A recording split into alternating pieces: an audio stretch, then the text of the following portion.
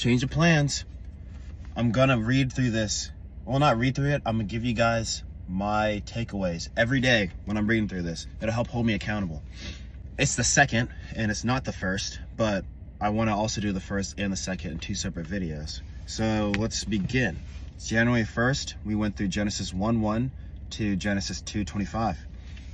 And so Genesis 1:1 to 2:25 is God's creation story and creating man, and kind of his declarations with that. And we get to see a little sneak peek or an insight into what God commands man to do and how God made creation. So some things I want to look at are chapter 1, verse 26, where it says, "Then God said, let us make man in our image, after our likeness, and let them have dominion over the fish of the sea, and over the birds of the heavens, and over the livestock, and over all the earth, and over every creeping thing that creeps on the earth." My takeaway from that is to not be passive.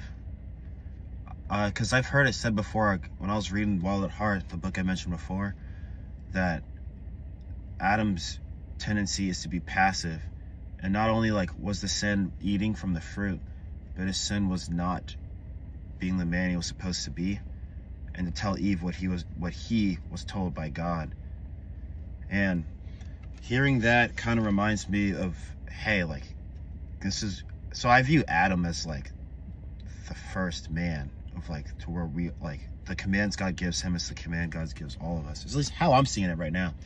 And hearing God say that is be a man, step up, be a man. Let's not be passive in our lives. I have a tendency to be really passive too, but that was a standout to me.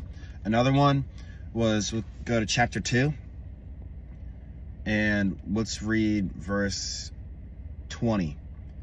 "The man gave names to all livestock, and to the birds of the heavens, and to every beast of the field.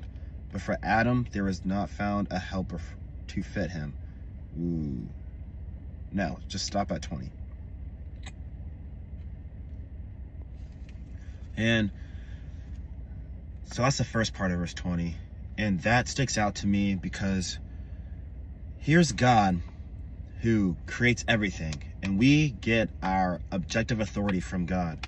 And I just think it's who are we that he would let us partake in that, to where he lets us name the animals? And these are just weird things that are obviously really cool, but I don't know, I really like them.